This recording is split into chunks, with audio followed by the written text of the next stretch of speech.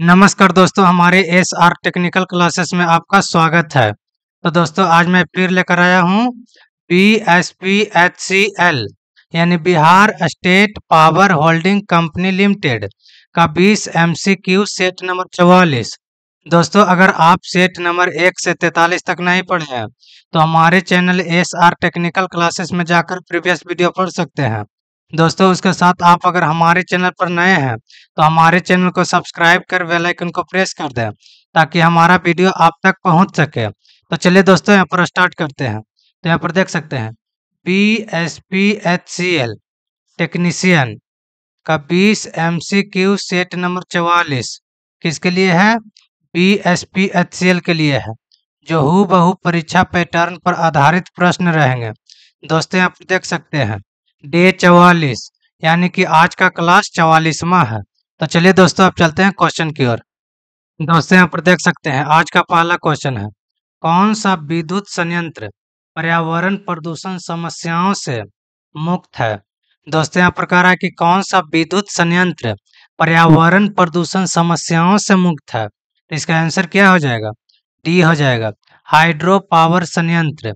यानी कि hydro power संयंत्र से किसी भी प्रकार का पर्यावरण प्रदूषण नहीं होता है और यह हाइड्रो पावर संयंत्र में कम खर्च लागत होता है। और यहाँ पर डीजल पावर स्टेशन, ताप कोयला संयंत्र, नाभिकीय संयंत्र में अधिक खर्चा लागत है और यहाँ पर हाइड्रो पावर संयंत्र में खर्चा कम होता है। तो इसका आंसर क्या हो जाएगा? डी हो जाएगा।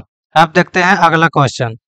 दोस्तों यहाँ पर देख सकते हैं वार्निश की परत चढ़े तांबे के तार को क्या कहा जाता है? दोस्तों यहाँ पर कह रहा है कि वार्निश की परत चढ़े तांबे के तार को क्या कहा जाता है? तो इसका आंसर क्या हो जाएगा? ए हो जाएगा, यानी कि इनामेल्ड वायर कहा जाता है। वार्निश की परत चढ़े तांबे के तार को इनामेल्ड वायर कहते हैं, जिसको हम लोग वाइंडिंग के रूप में प्रयोग करते हैं। तो इसका आंसर क्या हो जाएगा? पी हो जाएगा। अब देखते हैं अगला क्वेश्चन। दोस्तों यहाँ पर देख सकते हैं किसके मदद के साथ एक एसी जनरेट बिजली की ऊर्जा को बाहरी भार के लिए संचारित करता है?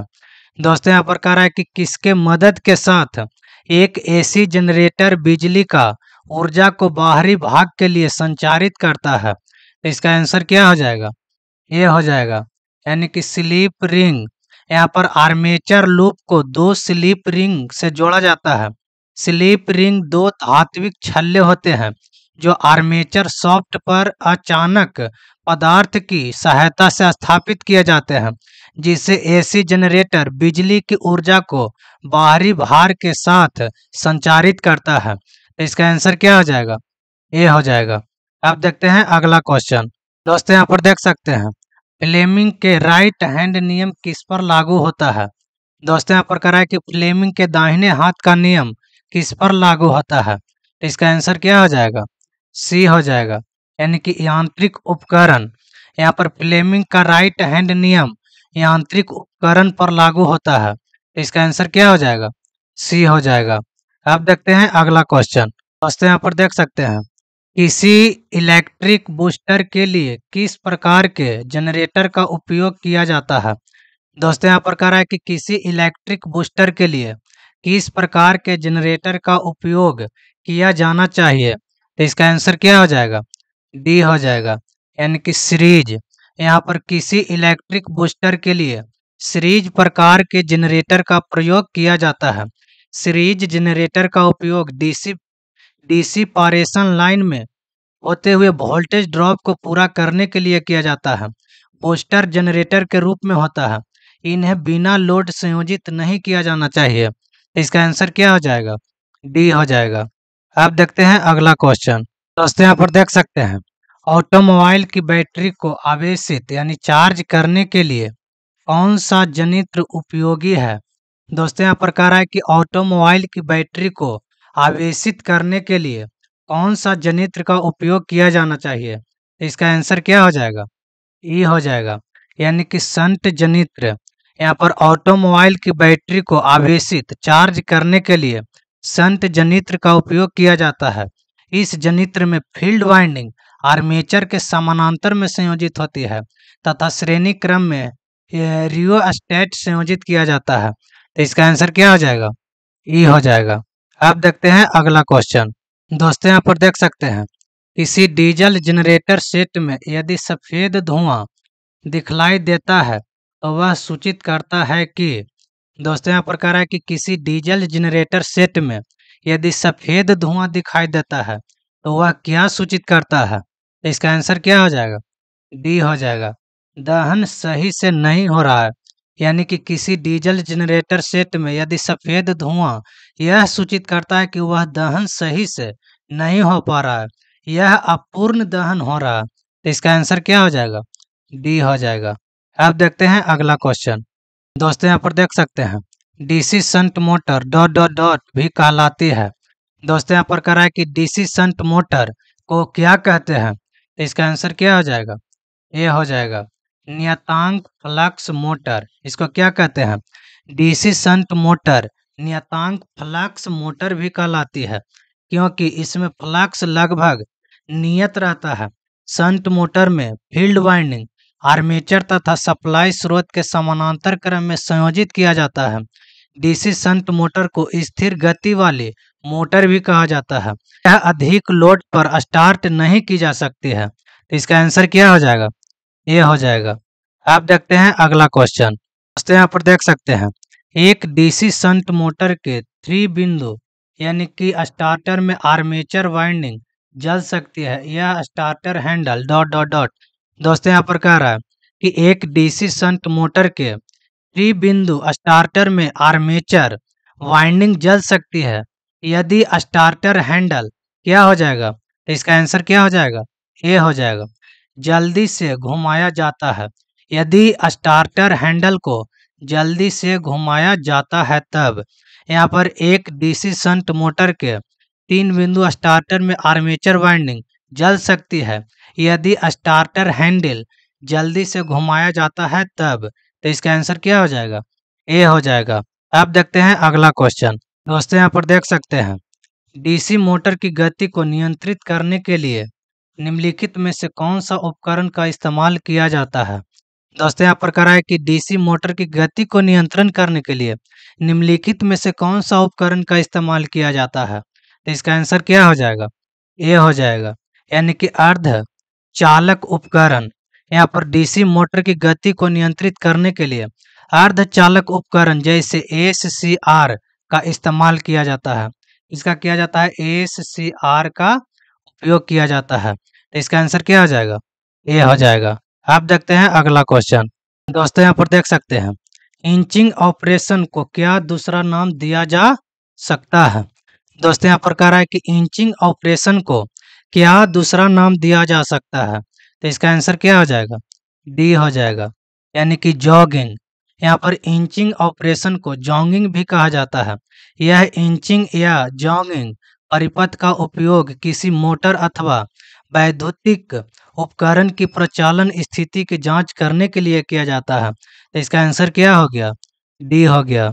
अब देखते हैं अगला क्वेश्चन। दोस्तों यहाँ पर देख सकते हैं, परिवहन वाहनों में कौन सी मोटर का प्रयोग किया जाता है? दोस्तों यहाँ पर कह रहा है कि परिवहन वाहनों में कौन सी मोटर का प्रयोग किया जाता है? इसका आंसर क्या हो जाएगा? ए हो जाएगा, डीसी श्रेणी मोटर। यानी परिवहन वाहनों में डीसी श्रेणी मोटर का उपयोग किया जाता है। इसमें आर्मेचर तथा फील्ड वाइंडिंग श्रेणी क्रम में संयोजित किया जाता है। यह मोटर की गति को नियंत्रण करने के लिए उपयोग में ली जाती है। इस मोटर का उपयोग मोटर की गति सामान्य गति की अपेक्षा बढ़ाने के लिए किया जाता है। तो इसका आंसर क्या हो जाएगा? ए हो जाएगा। अब देखते हैं अगला क्वेश्चन।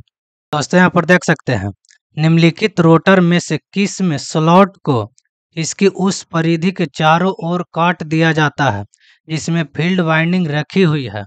दोस्तों यहाँ पर कह रहा है कि निम्नलिखित रोटर में से किस में स्लॉट को इसकी उस परिधि में चारों ओर काट दिया जाता है जिसमें फील्ड वाइंडिंग रखी हुई है? तो इसका आंसर क्या हो जाएगा? बी हो जाएगा, यानी कि बेलनाकार पोल प्रकार के रोटरों में। बेलनाकार पोल प्रकार के रोटर यह व्यास में छोटे और अक्षीय लंबाई में बड़े होते हैं। इसमें स्लॉट की उसकी उस परिधि के चारों ओर काट दिया जाता है जिसमें फील्ड वाइंडिंग रखी जाती है। यह उच्च घूर्णन गति वाले रोटर में प्रयोग होती है, इसका प्रयोग टर्बो अल्टरनेटर हेतु किया जाता है। तो इसका आंसर क्या हो जाएगा? बी हो जाएगा। अब देखते हैं अगला क्वेश्चन। दोस्तों यहाँ पर देख सकते हैं स्प्लिट फेज मोटर की आवश्यकता होती है। दोस्तों यहाँ पर कह रहा है कि स्प्लिट फेज मोटर की आवश्यकता होती है, तो इसका आंसर क्या हो जाएगा? ये हो जाएगा, यानी एकल फेज एसी परिपथ के लिए यहाँ पर स्प्लिट फेज मोटर का सिंगल फेज डीसी परिपथ के लिए आवश्यक है। स्प्लिट फेज द्वारा फेज एंगल दिया जाता है जो पावर फैक्टर को सुधार करता है। तो इसका आंसर क्या हो गया? ये हो गया। अब देखते हैं अगला क्वेश्चन। दोस्तों यहाँ पर देख सकते हैं स्प्लिट फेज मोटर में मुख्य वाइंडिंग करंट IM यानी सप्लाई वोल्टेज का लगभग कितना विलंबन करता है? दोस्तों यहाँ पर कह रहा है कि स्लिप्ट फेज मोटर में मुख्य वाइंडिंग करंट सप्लाई वोल्टेज का लगभग कितना विलंबन करता है? इसका आंसर क्या हो जाएगा? सी हो जाएगा, यानी 90 degree. Split phase induction motor में समानांतर में लगे स्टेटर के दो सेट होते हैं, एक को मेन वाइंडिंग तथा दूसरी को स्टार्टिंग या एक्सिलरी वाइंडिंग कहते हैं। इन दो वाइंडिंग को एक दूसरे के 90 डिग्री इलेक्ट्रिकल पर रखा जाता है। स्प्लिट फेज इंडक्शन मोटर को resistance start induction run motor भी कहा जाता है। इसका आंसर क्या हो जाएगा? सी हो जाएगा। अब देखते हैं अगला क्वेश्चन। दोस्तों यहाँ पर देख सकते हैं यदि 50 हर्ज 3 फेज प्रेरण मोटर में पूर्ण लोड गति 1440 आरपीएम है तो मोटर में पोल की संख्या क्या होगी? दोस्तों यहाँ पर कह रहा है कि यदि 50 हर्ज 3 फेज प्रेरण मोटर में पूर्ण लोड गति 1440 आरपीएम है तो मोटर में पोल की संख्या क्या होगी? तो सबसे पहले यहाँ पर देख सकते हैं फ्रीक्वेंसी बराबर कितना है? 50 हर्ज, और यहाँ पर एन का मान कितना है? 1440 आरपीएम रोटेशन पर मिनट। यहाँ पर पोल की संख्या पूछ रही है, तो पोल बराबर फॉर्मूला होता है, पोल बराबर होता है 120 इंटू एफ बटा एन। तो यहाँ पर 120 इंटू एफ का मान कितना है? 50 बटा एन का मान कितना है? 1440। तो यहाँ से कट जाएगा तो कितना मरतबे कटेगा? 12 मरतबे। और इसको हम लोग काटेंगे तो कितना आ जाएगा? 4 दशमलव आएगा। लेकिन यहाँ पर पोल की संख्या दशमलव में नहीं होती है, तो इसका आंसर क्या हो जाएगा? बी हो जाएगा, यानी पोल की संख्या 4 हो जाएगी। अब देखते हैं अगला क्वेश्चन। दोस्तों यहाँ पर देख सकते हैं शेडेड पोल मोटर के नुकसान क्या क्या है? दोस्तों यहाँ पर कह रहा है कि शेडेड पोल मोटर का नुकसान क्या क्या है? तो यहाँ पर ऑप्शन देख सकते हैं कम दक्षता, सही बात है। कम शुरुआत टॉर्क, इसका शुरुआती टॉर्क कम होता है, ये भी सही बात है। बहुत कम अधिक भार क्षमता होता है, ये भी सही बात है। तो इसका आंसर क्या हो जाएगा? ई हो जाएगा। ए बी सी सब हो जाएगा, तो इसका आंसर ई हो जाएगा। अब देखते हैं अगला क्वेश्चन। दोस्तों यहाँ पर देख सकते हैं हेयर ड्रायरों में इनमें से कौन से मोटर का इस्तेमाल किया जाता है? दोस्तों यहाँ पर कह रहा है कि हेयर ड्रायरों में इनमें से कौन सा मोटर का इस्तेमाल किया जाता है? इसका आंसर क्या हो जाएगा? ई हो जाएगा, यानी कि शेडेड पोल इंडक्शन मोटर का प्रयोग किया जाता है। हेयर ड्रायर में शेडेड पोल इंडक्शन मोटर का प्रयोग किया जाता है, इसका आंसर क्या हो जाएगा? ई हो जाएगा। अब देखते हैं अगला क्वेश्चन। दोस्तों यहाँ पर देख सकते हैं निम्नलिखित में से किस मोटर में गति अभिलक्षण स्थिर नहीं होते हैं? दोस्तों यहाँ पर कह रहा है कि दिया हुआ ऑप्शन में से किस मोटर में गति अभिलक्षण स्थिर नहीं होता है? इसका आंसर क्या हो जाएगा? ये हो जाएगा, यानी यूनिवर्सल मोटर। यूनिवर्सल मोटर में गति अभिलक्षण स्थिर नहीं होते हैं, इसका स्टार्टिंग टॉर्क भी अधिक होता है। इसका आंसर क्या हो जाएगा? ये हो जाएगा। अब देखते हैं अगला क्वेश्चन। दोस्तों यहाँ पर देख सकते हैं निम्न में से कौन सा सर्वात्रिक मोटर का एक अनुप्रयोग नहीं है? दोस्तों यहाँ पर कह रहा है कि निम्न में से कौन सा यूनिवर्सल मोटर का एक अनुप्रयोग नहीं है, तो इसका आंसर क्या हो जाएगा? डी हो जाएगा, वाटर पंप। सर्वात्रिक मोटर यानी कि universal motor DC series motor के तुल्य है। ये मोटर एसी एवं डीसी दोनों पर चलती है। यह मोटर का प्रयोग जैसे सुबहाय एवं यहाँ पर सुबहाय बर्मा और यहाँ पर सिलाई मशीन मिक्सर, इस सब में किसका प्रयोग किया जाता है?